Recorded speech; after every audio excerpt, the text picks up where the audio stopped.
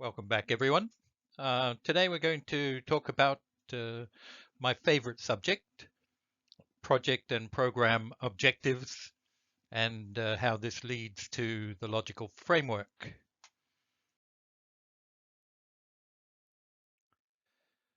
In formulating any climate change adaptation project, the theory of change and the logical framework are key elements.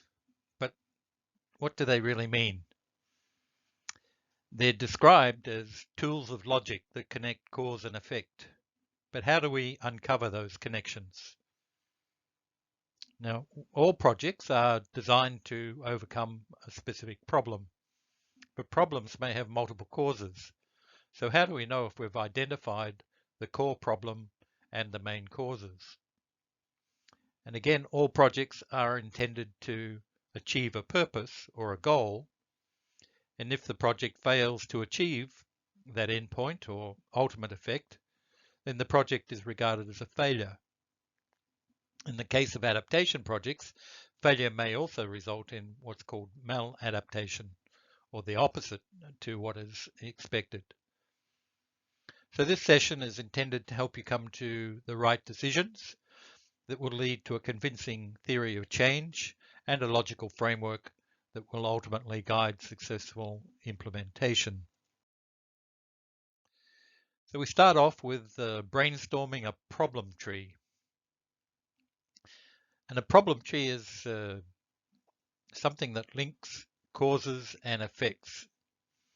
And it has basically three steps. The first step is to define what is the core problem you're trying to solve. It could be something like displacement due to flooding, or it could be water or sanitation deficiencies. And then you identify the direct causes and the direct effects. So the cause of flooding could be heavy rains, or it could be overburdened infrastructure, or it could be settlement in flood-prone areas, or obstructed drains. And the effect could be increased vulnerability of communities, or it could be damage to roads and other infrastructure. Then the third step is to identify the secondary or underlying driving causes. These could be issues like so many people are moving from rural areas to urban areas. Could be a lack of urban planning. It could be that there is no responsible lead agency driving the process, or it could be that there is inadequate urban finance. So the secondary cause leads to the immediate cause.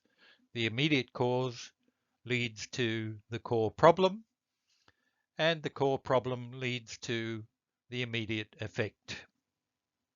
And that's the logical chain of events that underpins a problem tree.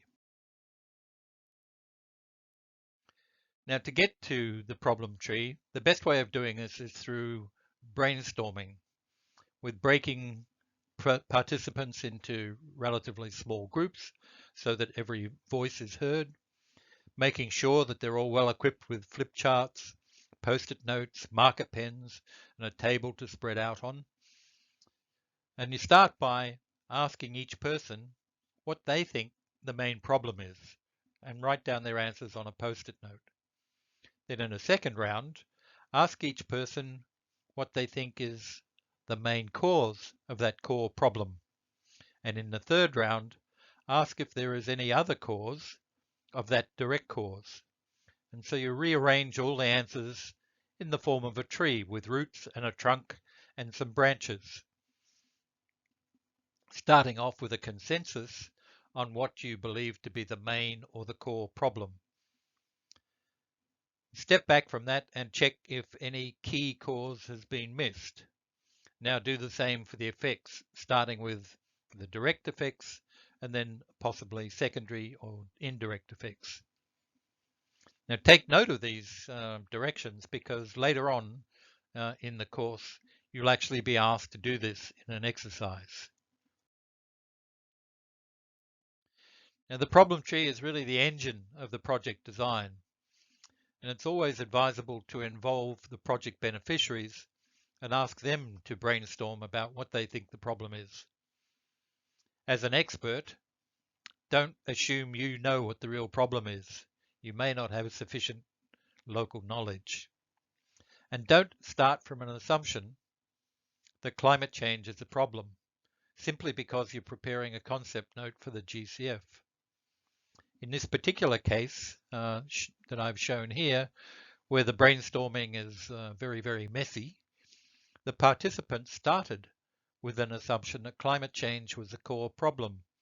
But as the brainstorming progressed, it was realized that actually the core problem was a decline in fish productivity, and climate change was really just one of multiple causes. Now, the reason we suggest to use post-it notes is so that you can move things around on the roots and branches of the tree. And that enables you to organize your thoughts in a more logical fashion. Once you've done that, then it's always good to try and reorganize this very messy brainstorming approach in something which ultimately could go into a project document and demonstrate some clear thinking in terms of what are the causes, what is the core problem, and what are the effects. Once we have a problem tree worked out, then it's relatively simple to transition from a problem tree to an objectives tree. Every problem will have multiple causes, so the art of project design is to firstly identify your core or focal problem that can actually be solved. Climate change as a global problem is not going to be solved by a single project, but an eroding coastline in a specific location due to sea level rise can be solved. Now, solving the core problem will provide the desired result at the end of the project, but that result in turn will contribute to other positive outcomes and long-term impacts beyond the scope of the specific project.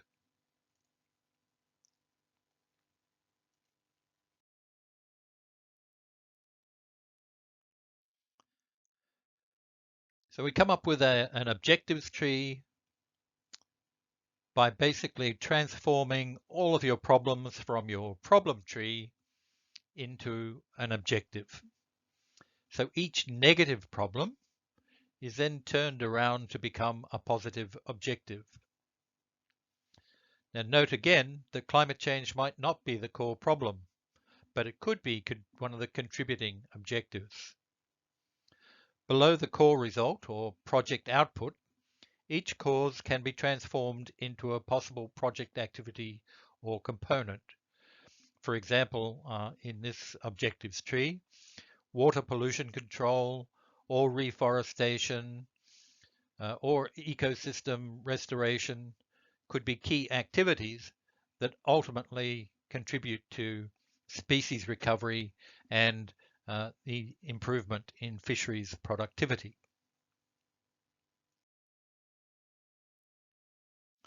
So once your problem tree and your objectives tree have been completed, stand back, have them side to side, and discuss if anything has been missed or if a specific cause or effect is too minor to include.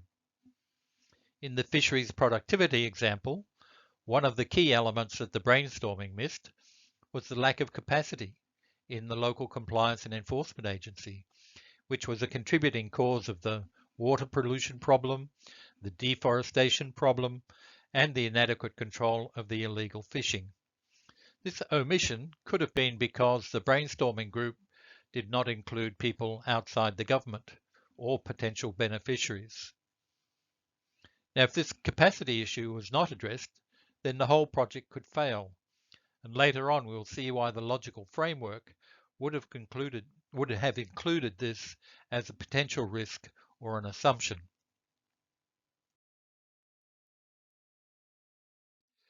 Now we can also use the objectives tree to decide on project alternatives. There are often several alternative ways that a project can contribute to the development objective. And the objectives tree can help you to illustrate these alternative pathways and lead to a consensus on which one shows the most promise for reaching the central development objective. In some cases, the objectives tree might also highlight the possibility of complementary projects that will each combine to reach the central development objective.